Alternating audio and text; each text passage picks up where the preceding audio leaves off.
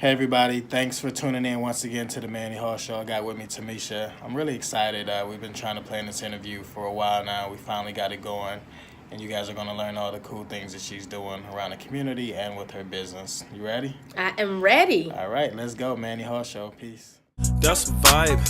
She wanna vibe. That's a vibe. Yeah, that's a vibe. It's a vibe.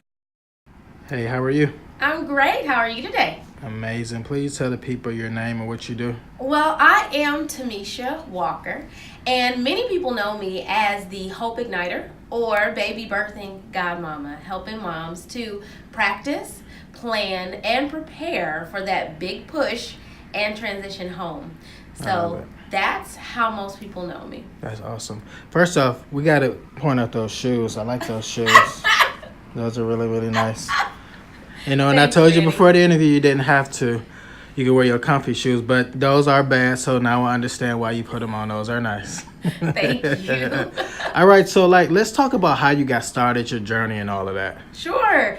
So the way that I started in my journey was in being pregnant. Like, I saw how stressful it could be, how fearful it could be, how many questions there could be, and how much was really involved with pregnancy, right? So with my first pregnancy, I said, oh my gosh, I didn't know there was so much. I'm the type of person that's a go-getter, right? I'll research it, I'll figure out what it is, make my decisions, go do what I need to do. Yep.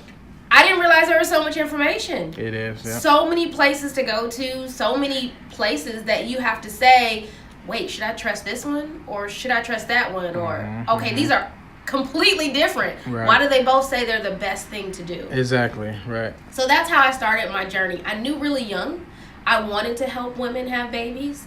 And so after my first pregnancy, it was really like, oh my gosh, I have got to be there for the next woman, Gotcha. right? So by the time my first child was nursing, I was in training classes to become a doula, to be able to help moms, right? And so she's 11 now. And this has been an exciting journey of continual education, now at the point where I've written books, and I'm excited for the new community program that we will be launching, that we just found out that we have the go-ahead for with new grant funding. So I'm very excited. That's awesome. So it's like, other than the fact of you saying to yourself, I definitely want to do this because I see the struggle that I personally experienced, but then what really gave you that oomph and that push to say, I can do this as a business, or this organizing this group of women to really be able to help them? Like, what made you feel I definitely can do that? Well, to be quite honest with you, I have done a lot of different things in life, right? So I would say specifically for writing, what gave me that push was a mentor, right? And me wanting to share my heart and encourage others with hope, right? So the first book that I wrote, Purpose in Pain, was based on the fact that they said for my youngest son, he probably would never make it. They kind of wrote him off and said, if he makes it in your womb, great, right? But even when he's born, we're not sure that he'll make it out of the first couple of days. So out of that And then how old is he now? He's now 7. Wow, awesome. So out of that pain was where that book came, wanting to encourage other people, right? So I pulled together stories of 5 families plus ours, so it's 6 altogether, where we literally tell our stories where they gave our kids no hope, but we wanted to encourage other people. So we gave messages of hope and showed their transformation from that diagnosis of no hope to them where they are today. So with me in business, it didn't start off as, oh, I can make so much money, right? That wasn't why I started. I started because I wanted to support somebody else. I thought, you know what, I really didn't have that many people who were able to come alongside me and say, hey, this would probably be a good idea for you. Hey, you know, that community of moms together really supporting each other. So I said, I don't see it. I'm going to create it, right? So that's what started me on this path and helped me to be where I am today. You know, with all the stuff that you personally went through, like, what were some of the challenges of being a first-time mom? Sure. So, like we wrote in first year No Fear, where I was able to put together a group of kids and help teach them how to write books and how to market them. That's what we focused on, was the issues that moms dealt with when it came to infant mortality and that first year of being pregnant and having that baby. So literally everything from, oh my gosh, how do I set up my house to make sure that it's safe for baby? How do I know what's the best thing for me to eat? And how do I manage my life, right? So that I can take care of myself mentally, physically, and spiritually, as well as take care of my child. Because we found that a lot of moms were just putting themselves off to the side to make sure that they took care of their child, which that backfires. Right? Because then we're so drained, we don't know what to do, we don't know who to reach out to say really help. So many of our communities have become fractions and silos where they sit off by themselves and they're not really working together to support one another. So those are the things that we addressed in there, and those are the issues that I saw within myself and within the moms that I worked with. Now, the ladies are going just watching this. They're going to hear like some personal stuff that you went through, so it can not only be relatable, but that they can understand that you really feel their pain. So let's talk about that. Go back there. So I would say one of the biggest things with my youngest son is that whole issue, right, of health and carrying a child where literally 3 times a week I had to go into the doctor's office just for them to tell me and make sure that he was still moving and kicking, right? Because they were really concerned that at any point he could stop, right? So living with that day to day, almost anxiety or fear that my child would make it, right? But then too, for all of my other kids, like I have 4 by birth and 4 by wedding present, right? So with those 4 by birth, I've experienced just by myself, not with moms that I've helped to birth, a water birth. I've experienced birthing a child that was almost completely born in caul, which means that their water sac, the back, hadn't broken yet, right? And then I've experienced birthing a child in the emergency room, right? So I've had dramatically different births with all of my kids, and each of them have tugged at my heartstrings. I've had instances where with my kids I've gotten so sick that I had to be hospitalized. So I understand the plight of not only trying to take care of yourself, take care of your child, but then also trying to take care of your home.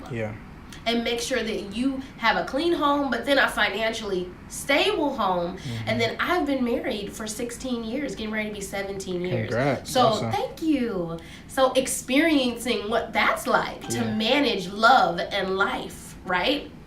While having kids and having a business. Absolutely. So all of that is a lot, but as I find a lot of times you have to talk about balance, which isn't always what people think, where it's 50-50, or a little bit over here and a little bit over there. Balance is totally different, So we talk about that a lot of times. It's just managing things. How are you managing? Because from day to day it looks different. From month to month it looks different. From season to season it looks different. So for me though, the main thing has been being able to connect with moms. When I teach classes and we talk about how the struggles are, how the pains are, but how we're there for each other. How even though today you might feel horrible, you might feel just like, I don't want to get out of bed today. Exactly, that's real. But I have somebody over here crying in a crib. What do I do? Exactly. What do I do? Do I just pull the covers over my head and act like I don't hear it, or act like the day isn't starting? Pray they go back to sleep. Please, Lord. Please, Lord. Please, Lord. Or do I go check on them? Or do I literally just pray? Literally, I'm just like, I don't know what I should do right now because I don't trust my emotions. Because right now, I'm just going to walk out the room and act like I don't hear it, You know what? And Tomesha, to that point, what I really want to discuss is this aspect of frustration that moms feel, because not my mom, but my wife experienced the same thing. We have a almost 6-month-old. Congratulations. Thank you. And that's our first little one together. So we're blended. We got 5 others. Awesome. And every other weekend it's a big madhouse. But then the opposite weekend. This one, we just have the little one, so it's peaceful. But the frustration piece is sometimes very, very challenging for a woman, whether she has a husband, a boyfriend, or some help, or she's by herself. Yeah, it's tough. So, as we were just kind of joking about, sometimes that's a very serious issue when the baby is crying, you're frustrated, you're sleep deprived, you're hungry, you want to go take a shower. Yeah. You want to go look cute and pretty, you want to go out with your friends, but this baby is in your way. Like, let's talk about that. So I think a lot of it is perspective. Okay. Right? So defining it in that way, as in your way, is one way to look at it, right? Right? And that's for life in general. Like, how do we look at challenges? How do we look at opportunities? Like, how do we balance? How do we look at that, right? And so, to me, even when I had the young ones, so of the 4 young ones that I birthed, they're pretty much Irish twins, which are kids that are born less than a year apart. Okay. Right? So, for me, when I had those first 2, I wanted to pass out and cry, like on a regular basis. Yeah. Like, I just wanted to cry. It's tough, though. It is, because I had one in arm, right? And because the other one was so small, she couldn't climb out of cribs yet. She couldn't get up on things yet really well. Yeah. So I literally had to teach her how to climb into my lap, to be in my lap, to hold both of them. Gotcha. Because it was too early for me to even pick her up at the weight that Now, were you also working during this time, or were you just at home? I was working. Okay. Yeah. So I was able to take off for maternity leave, which, don't get me on that discussion for us here in the U.S. Okay, well, we're going to talk about maternity leave after this then. Then go ahead. We're going to talk about this first. Then maternity leave. But I was home for that period of time where I was able to nurse and able to take care of them, and then had to immediately return, to work after the given maternity leave and then my work leave time that I had requested off, right? And so it was a real struggle and really heart-wrenching to not be able to go and help my child. Because I couldn't get her out of a crib. Like, literally, I had to teach her those things to be able to support herself, because I wasn't in a place where I could. So when it comes to trying to manage with children, a lot of times, again, it comes back to, where are you? If you are not getting enough sleep, which most moms with little ones are sleep deprived, right? If you are not already encouraging yourself, right? Remembering who you are and who God says you are. What do you have to look to, right? If you're looking at social media and you're looking at TV for the direction of who you are and what you should be as a mom. Because a lot of those moms are super moms. Man, Tomesha, you touching on something. A lot of them are super moms. Hold up now, because I really like that point. And I definitely want to expound upon it off of this interview on my social media to my audience, because that's real, that sometimes we look at our identity and what we see on social media. And because there's so many images, you get very, very confused very quickly, and then you want to put yourself in the same box. So I can definitely see moms going through that struggle, because it's quick to just pick up your phone, scroll on social media. You can do that while holding the baby, but that's not the proper path, right? It's not. And don't get me wrong, there is a place for social media. Yeah, There's absolutely. a place for entertainment. Absolutely. But it still needs to be checked. Yeah. Right? It still needs to be in balance. Right. And so, like, the kids and I, in December, we put together a series called The Real Me, right? As a children's series. But I see the need for moms as well. Yeah. So it's a children's series that's 28 affirmations, right? I am statements for kids. Right. So we did one for boys, one for girls, and there's more to come, because the kids are like, I want to do more, right? Yeah. So we did that because you need to be able to focus. We have to be able to focus on who God really says that we are. It seems like so many things in the world are depleting. They're depleting who we are and not building who we are. So it's imperative that we take our time, whether it is singing, worshiping, reading the Bible, spending time praying, to focus in on who we really are, right? And be encouraged in ourselves. Because when you're able to do that, you're able to give that to your children. Gotcha. You're able to leave that legacy. You're able to encourage them so that even when they're crying and you're like, oh my gosh, I just had this child, and you're not supposed to be acting like this, right? When you really feel like that, it gives you the opportunity to let flow from your mouth rivers of living water, right? Because that's what you're putting in. You're putting in that knowledge, that legacy, that education, that encouragement, so that even when you're upset, it's the first thing on your lips, where it's like, you know what, you're an amazing child. I'm so excited that you're up this morning. I'm so encouraged that you're able to be here. And what'll happen is you'll see the baby begin to look at you like, oh, we're okay today. Everything's all right. It's going to be okay. They need that support and encouragement. They vibe off of us. Yeah. Right?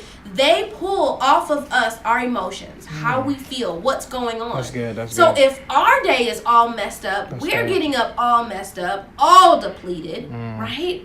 How are they supposed to be anything other than what we're being an example for them to be? Absolutely. You know? So for us, many times it starts with us.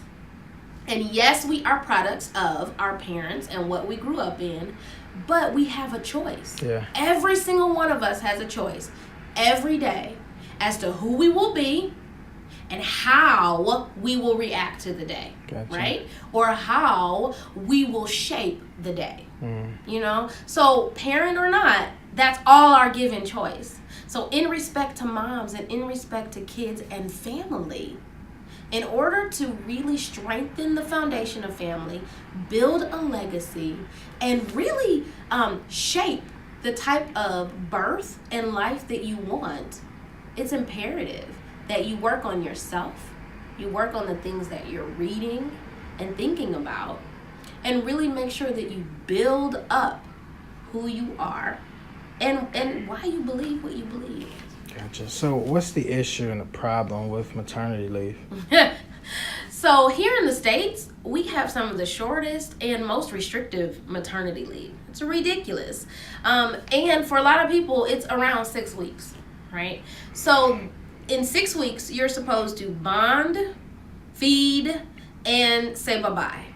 Right? Like you have to find alternative care, either whether it's in your personal family community, right? Or you're paying someone outside. And then for the spouse or the caretaker, right? Sometimes they don't even get leave. Right. Which to me is insane. Okay, no, two on the argument for the opposing side. Why do you feel that why do you feel that it's that job's responsibility to pay you for all that time? Right. So I don't feel that it has to be paid for all of that time. I feel like a lot of it is our responsibility to plan and prepare for it. So the workshop that we just had the green light for grant funding is called Voices of Mothers, and part of what we're teaching in that is a money section. Gotcha. Right? Okay. So part of the legacy is you setting up your finances. Right? Whether, like, I'm teaching people right now about setting up legacy through investments, right? So understanding the market and how to invest so that you can make money even when you're sleeping, right? Right. Part of it is making sure that you have some type of savings, that you're planning things out when it comes to your budget and your finances for your children. Gotcha. Right? You know the baby's coming. It's not a shock. It's not a surprise. Exactly. Right? When I work with my marketing clients, I'm like, hey, don't just pop up and be like, I have a baby. This is my new business. This is what I'm doing. No, there's a plan. There's a process of growth. Right? So that people know. You don't walk up to people and just go, I'm having a baby shower. Right.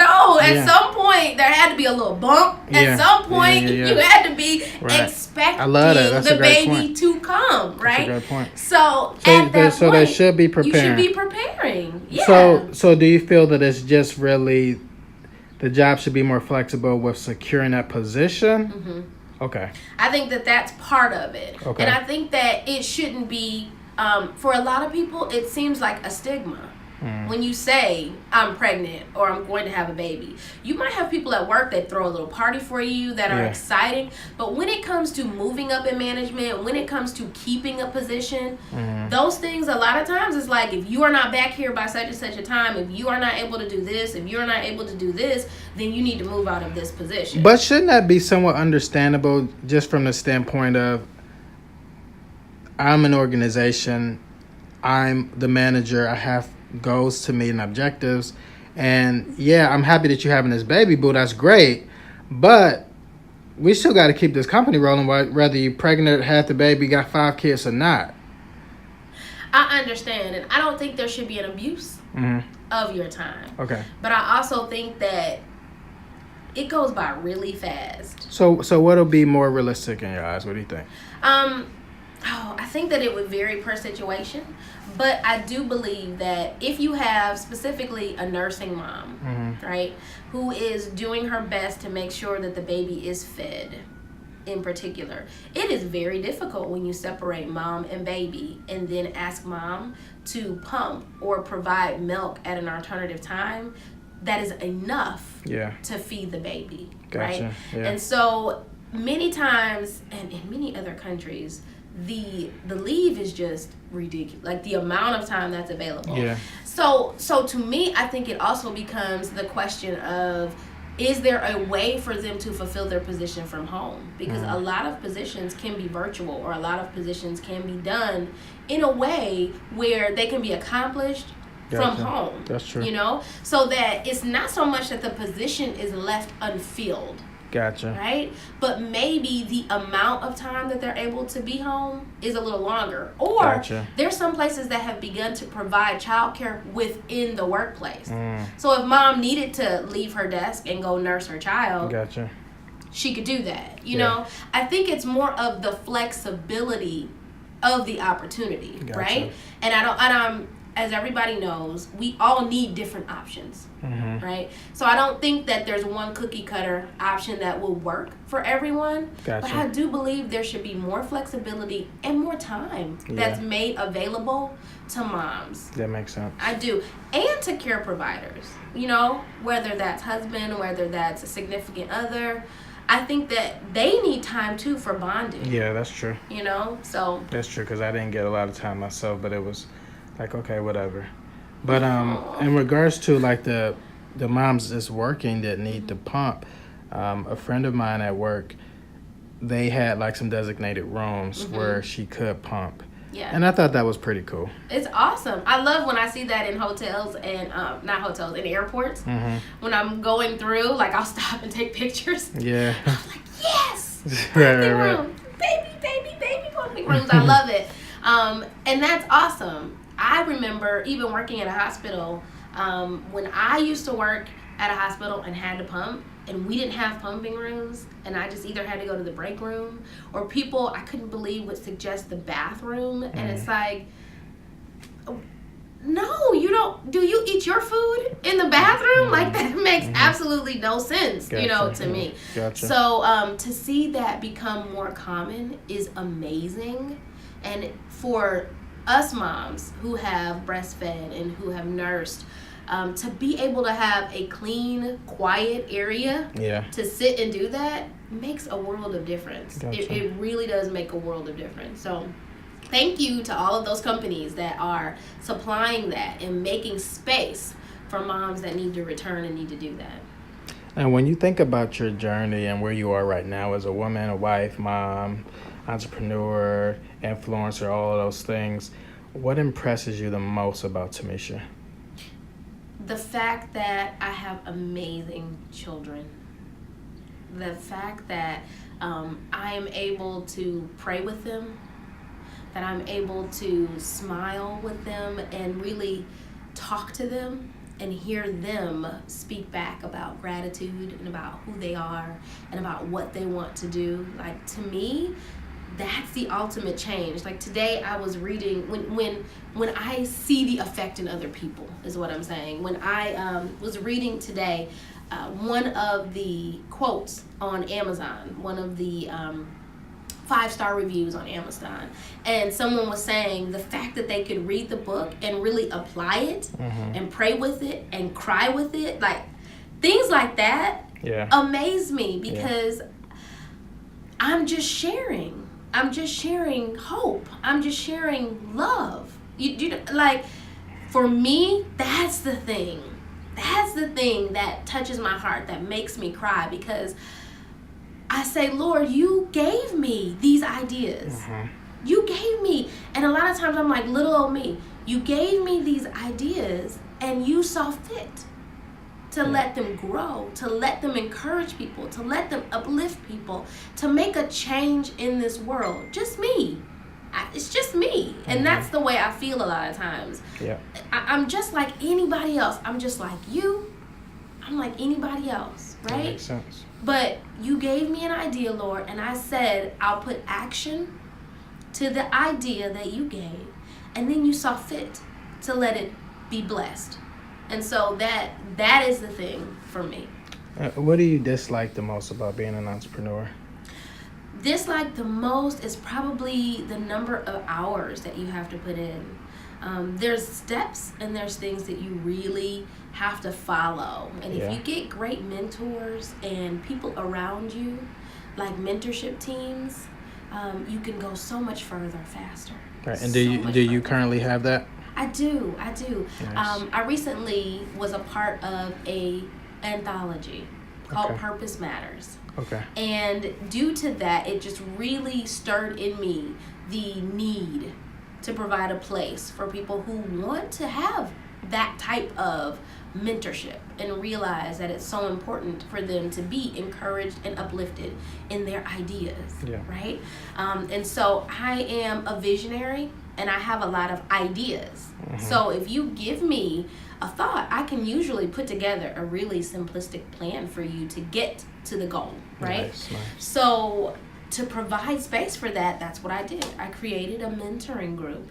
And so I allow people to come in and they fill out an application and they're able to be a part of that and be encouraged and be uplifted and then get the resources that they need to accomplish their dreams. Nice.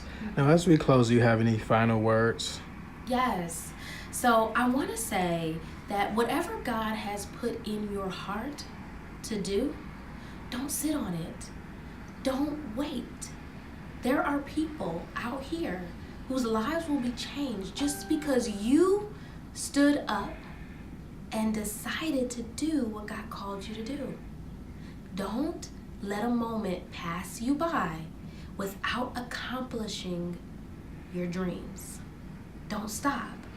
And I would say to every mom out there, know that you're not alone. Know that you're not alone.